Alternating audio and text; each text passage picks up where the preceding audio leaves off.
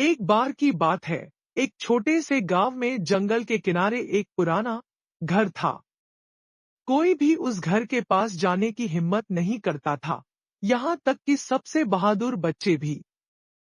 लेकिन एक रात तीन जिज्ञासु दोस्त, लिली, मैक्स और नोआ, ने तय किया कि वे उस घर में घूमेंगे। जैसे ही वे अंधेरे और गंध से भरे घर में अंदर गए, उन्हें अजीब आवाजें सुनाई दी। शुरुआत में तो ये बस हवा की आवाज लग रही थी।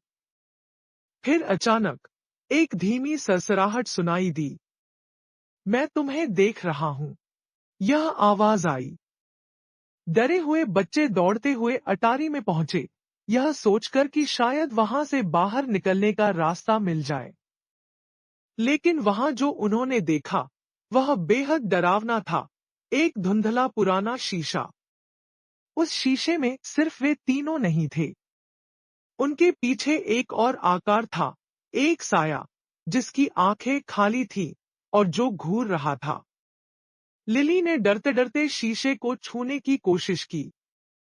अचानक साया आगे बढ़ा, उसका ठंडा हाथ शीशे पर दबा, और वह फुसफुसाती आवाज फिर से तेज हो गई। मैं इंतजार कर रहा था। बच्चे चिल्लाते हुए पीछे हटे, लेकिन जैसे ही वे भागने लगे, उन्हें एहसास हुआ कि दरवाजा अब कहीं नहीं था।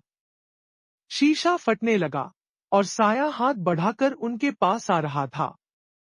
आखिरी बार उन्होंने एक धीमी आवाज सुनी, तुम कभी नहीं जा पाओगे। और फिर लिली, मैक्स और नोआ को फिर कभी नहीं देखा गया। वह घर अब भी वहीं खड़ा है, और कभी-कभी, अगर आप ध्यान से सुने, तो हवा में फुसफुसाहट सुनाई देती है।